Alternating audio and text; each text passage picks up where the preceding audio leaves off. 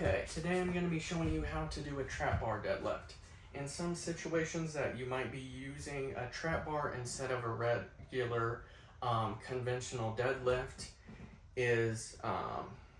it's great for power. It makes you utilize your legs a little bit more than a conventional deadlift that might emphasize more use from your back.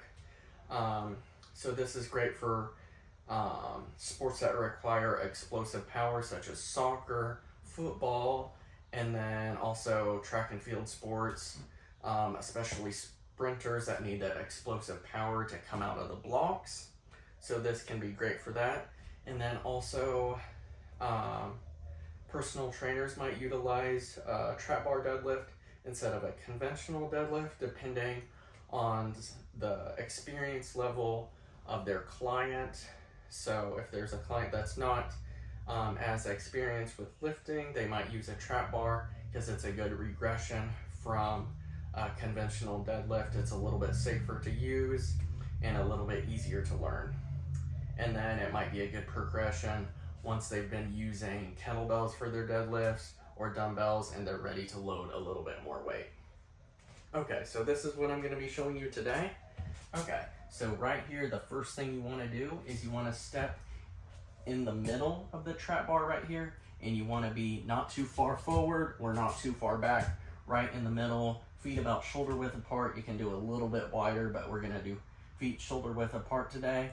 And then there's high and low bars. We're going to be using the high bars today because you don't need quite as much mobility, but once you progress, you can go to the low bars. Okay, so you're gonna grab right in the middle of the bars right here to make sure you're not too far forward or too far back. So right in the middle. And then, so we're gonna sit up a little bit. Your hips are probably gonna be, if you're using these high bars, a little bit higher than 90 degrees.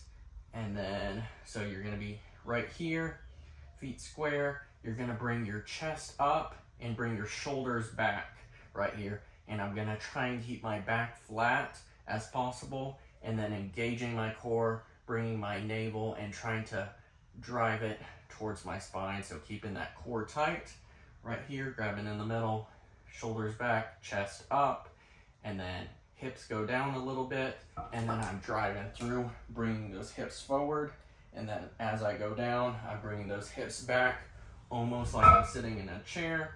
And then I'm ready to go again. So I'm gonna bring my hips down a little bit, engaging those glutes, so tightening my glutes, contracting as I go up, driving those hips forward, and then going back down. So standing up straight at the top, locking out right here, and then keeping that core tight and sitting back down, those hips down.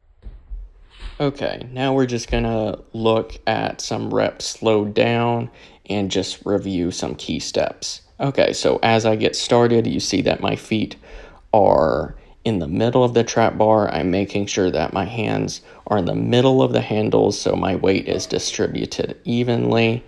And then I bring my shoulders back before I start my rep. I have that hinge at my hips. I'm engaging my core, and then I'm driving those hips through as I move through the rep. And then at the top, I'm standing up straight. I'm not leaning back, hyperextending my back, putting added stress on my back. I'm standing up straight. And then I reset at the bottom of the rep.